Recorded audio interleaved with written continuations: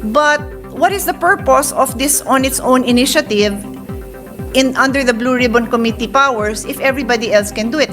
Hindi ko po sinaswapang yun. Eh di palitan natin, let's amend. What is our intention?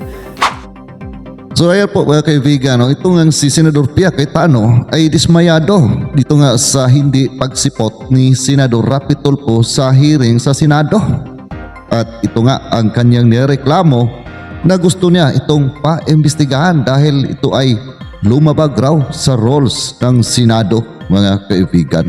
So kayo po, kung ano inyong mga komento po dito, paki-comment na lang po sa ating comment section at ito nga, panoorin muna natin ang nasabi pong video na galing mismo sa Senate.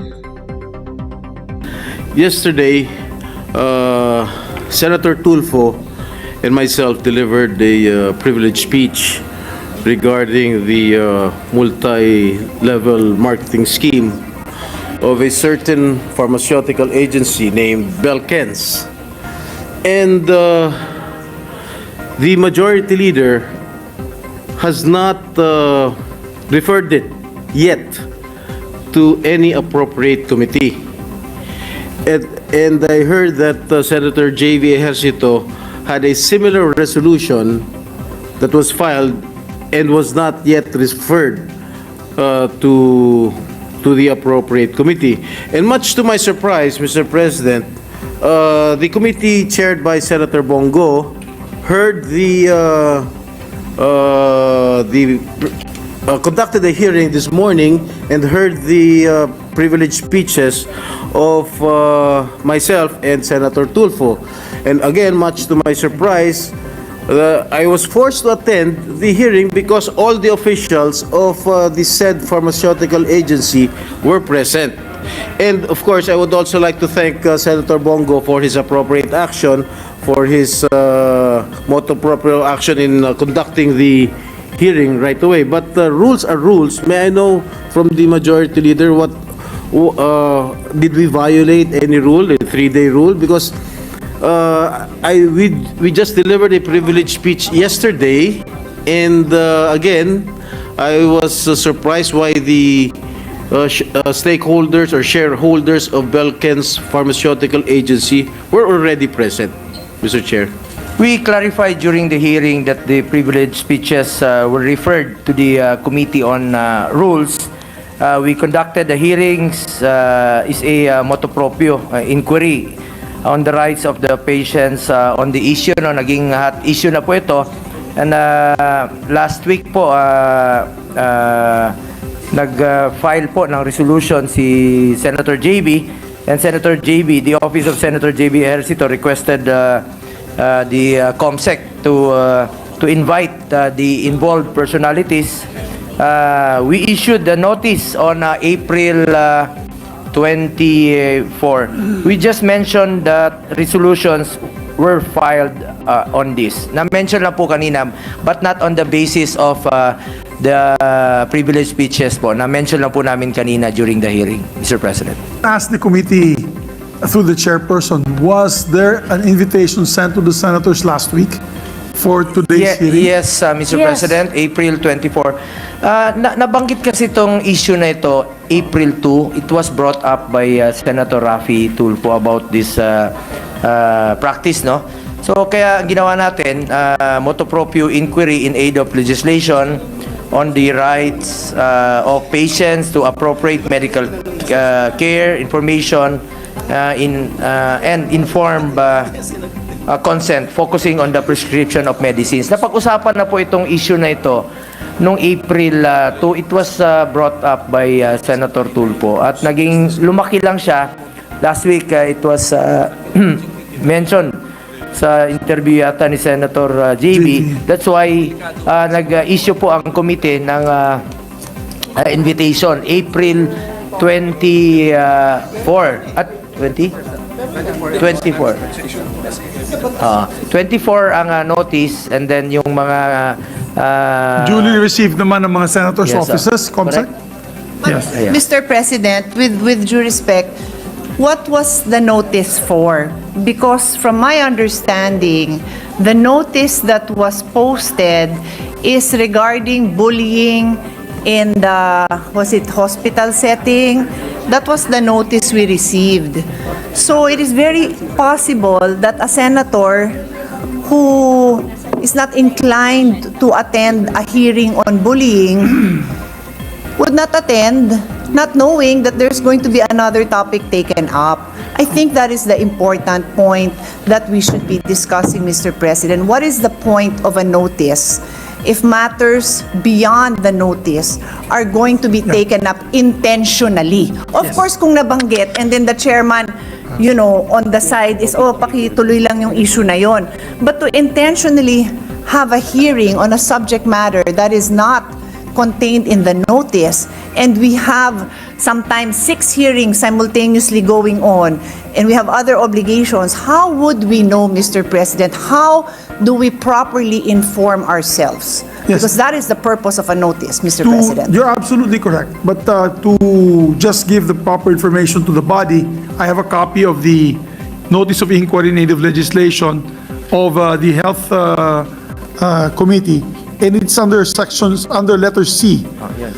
Under letter C of its notice, motu proprio inquiry native legislation on the rights of patients to appropriate medical care, etc., etc. So, it's one long paragraph. So, nabanggit naman doon sa kanyang notice. In other words, proper naman yung procedure So, ng pasok po commission. siya, Mr. President. Pasok po siya. Pasok siya sa rules natin. Yes. Salamat, Mr. President. Yeah. Very clear. As far as I'm concerned, of course, I will not debate with my majority leader, but as a former majority leader myself, 3 times, I can see that the rules in this particular case were followed. I think, Mr. President, it's also important to note that if it is happened during the hearing without being part of the notice given to the members, the 3-day rule, Yes. that's a different story, Mr. President. Yes. So, again, the speeches delivered yesterday were not referred yet, but we can Refer them now? dispense and refer it, Mr. President. You can make the motion, Your Honor. We can Majority leader. do it now if... No, Mr. President, I understand, no? Unfortunately, I agree. I note that the motu proprio, the rights of patients is in the agenda, but the privileged speech, the 2 privileged speeches were not referred. So how would a senator know that that specific topic, and as mentioned by one of the sponsors, the complete set of officers were there? How would the senator know that that whole agenda would be covered today? Kung nadaanan, okay lang. But that whole topic was there. And even the sponsor was shocked that they were complete. It's a good thing he had decided to attend because yung buong scope ng kanyang topic nando doon. And then last point I'd like to raise, Mr. President.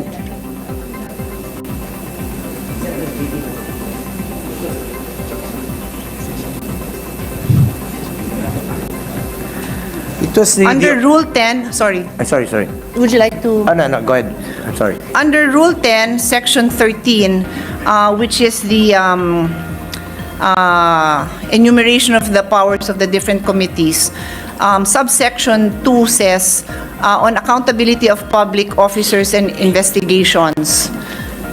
It says here, investigation of any matter of public interest on its own initiative or brought to its attention by any member of the Senate.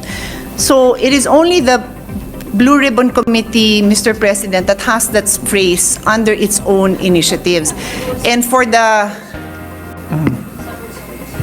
17 years that I've been a senator, I file resolutions in my own committee following these rules because my understanding is it's only the Blue Ribbon Committee on its own initiative. Of course, in a time of emergency, we are on break. Of course, we will not stop the Committee on Energy to have a hearing. Of course not. But what is the purpose of this on its own initiative under the Blue Ribbon Committee powers if everybody else can do it? Hindi ko po sinaswapang yon. Eh di palitan natin, let's amend. What is our intention? Because we just have to be clear about the rules. We are a institution governed by rules so that we can do our job properly. So I humbly submit that we submit these queries to the Committee on Rules, Yes. so that they can discuss it with our legal, our luminaries, our experienced Yes. heads, and then properly guide us, Mr. President. Thank Thank you. you. But just for the record, So yan po mga kaibigan, dito nga dismayado po itong si Senador Cayetano kay Senador Raffy Tulfo dahil nga sa hindi pagsipot sa isang hearing po mga kaibigan. Kaya nais po niya ito na paimbestigahan, titingnan kung ito ngang ginawa ni Senador Raffy Tulfo ay paglabag ba dito sa batas, sa rules po ng Senado mga kaibigan.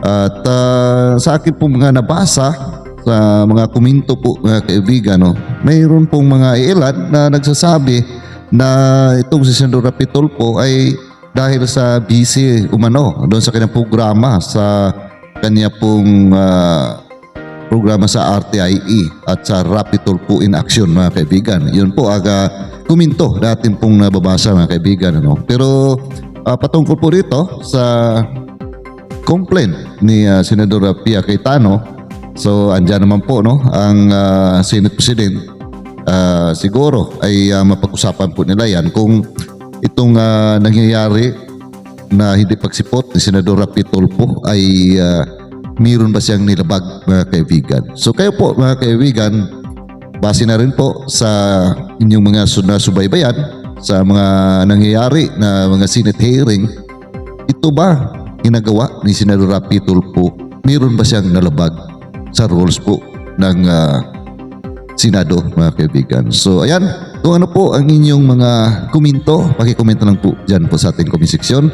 At sa ating pong mga patuloy na sumusuporta at sa ating mga kaibigan dyan, maraming salamat sa hindi po ninyo pagbitaw na pagsuporta dito sa ating munting channel at sa aking YouTube channel. Maraming salamat po sa inyo, Ma'am and Sir. At sa lahat po nating mga kababayan, Luzon, Visayas at Mindanao, ako po ay magpapasalamat sa inyo at sa ating mga ka-OFW.